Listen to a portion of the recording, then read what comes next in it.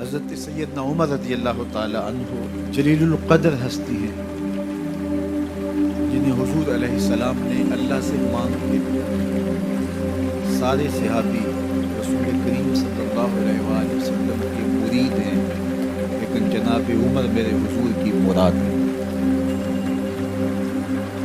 39 لوگ جب اسلام لا چکے، 39ویں شخص حضرت امیر حمزہ رضی اللہ تعالیٰ عنہ، اور ان کا ایمان لانا مسلمانوں کے لیے بہت بڑے حوصلے کا سبب اور ذریعہ بن گیا۔ تو میرے حضور نے ہاتھ اٹھا لیا، کہا اے اللہ، ایک شیر دیا ہے امیر حمزہ، ایک شیر اور عطا کر، اب تیری مرضی، عمر بن خطاب دے دے یا عمر بن حشام دے۔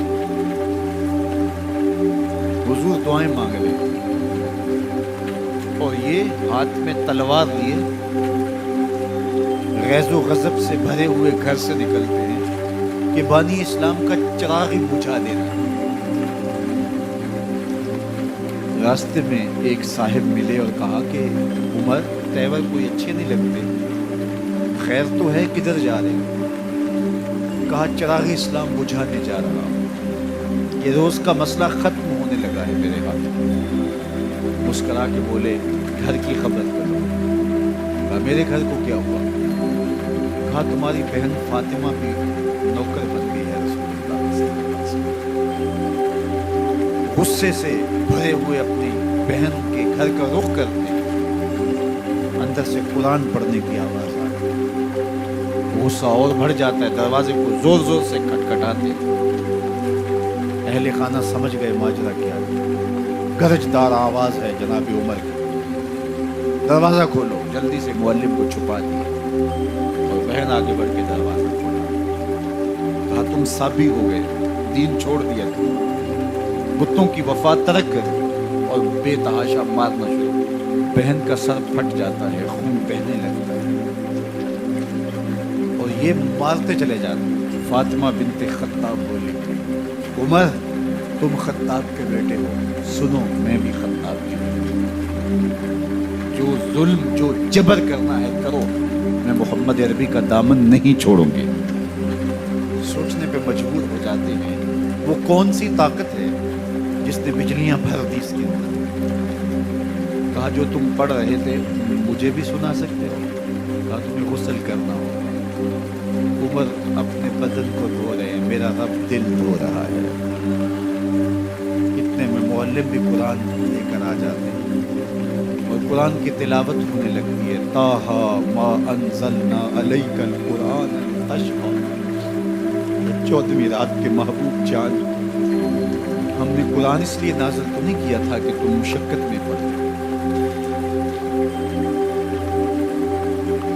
بے تاب ہو گئے، کہا عمر کی عمر برباد ہو گئی، مجھے لے چلو حضور کی چوکھٹ، تلوار حمائل کی ہے، بہنوئی ساتھ ہے، اور حضور کی بارگاہ میں حاضر ہو۔ دروازے کے سوراخوں سے دیکھا تو صحابہ تشویش کا اظہار کرنے لگے۔ عمر آ رہا ہے، تلوار حمائل کی، ارادے اچھے نہیں لگتے۔ جناب امیر حمزہ نے کہا دروازہ کھول دو، اچھی نیت سے آیا تو استقبال کرے گا، نیت اچھی نہیں ہے تو اس کی تلوار سے اس کی گردن کاٹ دیں۔ حضور کے سامنے جا کے بیٹھ گئے، گلے میں کپڑا ڈالا، حضور نے پکڑ کے کہا عمر ابھی وقت نہیں آیا کہ تم اسلام لے آؤ۔ یہی وقت تھا عمر کے اسلام لانے کا، لبوں پہ کلمہ جاری ہو گیا۔ اللہ اکبر کی صدا اس زور سے گونجی کہ مکے کی گلیاں گونج گئیں۔ اسلام لانے کے بعد حضور سے پوچھتے ہیں حضور کیا ہم حق پر نہیں ہیں؟ فرمایا ہم حق پر، اللہ کا دین سچا نہیں ہے؟ کہا اللہ کا دین سچا ہے۔ آپ اللہ کے سچے نبی نہیں ہیں؟ فرمایا میں اللہ کا سچا نبی ہوں۔ تو کہا پھر ہم چھپ کے عبادت کریں۔ اب مسلمانوں کی 2 صفیں بنتی، ایک صف کی قیادت امیر حمزہ کرتی، دوسری صف کے آگے آگے عمر بن خطاب چلے اور حضور درمیان میں، اور یہ ملکوتی قافلہ صحن حرم میں آ کے اعلانیہ عبادت کرتا ہے۔ حضرت عبداللہ ابن مسعود رضی اللہ تعالیٰ عنہ فرماتے ہیں عمر کا اسلام لانا اسلام کے لیے عزت کا سبب بنا، اسلام کے وقار کی علامت بن گیا۔ ایک ایک کے دروازے پہ جا کے دروازہ کھٹکھٹا کے کہتے ہیں، وہ تو اور خبر سننے کے لیے بے چین تھے کہ یہ بانی اسلام کی زندگی کا چراغ بجھانے گیا تھا، کوئی خبر لایا ہو۔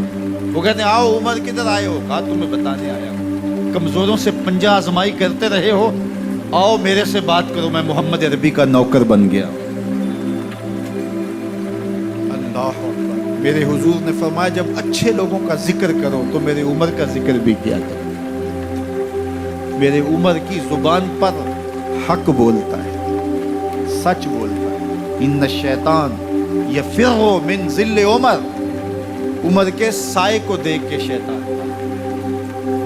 اللہ اکبر۔ اسلام لائے تو زندگی کی ایک ایک سانس اسلام کے لیے وقف کر، حضور کا پہرا دیا، حضور کی ناموس کا پہرا دیا، حضور کی شریعت کا پہرا دیا۔ اسلامی فتوحات پھیلی تو پھیلتی ہی چلی گئیں، کبھی مصر فتح ہو رہا ہے، کبھی ایران فتح ہو رہا ہے، آرمینیا تک مسلمانوں کی افواج پہنچتی ہیں۔ 22 لاکھ مربع میل پر حضرت عمر رضی اللہ تعالیٰ عنہ کی سلطنت پھیل جاتی ہے۔ عدل و انصاف کا دورہ ہوتا ہے۔ زمانے نے دیکھا کہ غیر مسلم بھی عدالت میں کھڑا ہے تو اسے خوف نہیں ہوتا تھا کہ میرے سے ناانصافی ہوگی، اس لیے کہ حکومت عمر کی چل رہی ہے، وہ بھی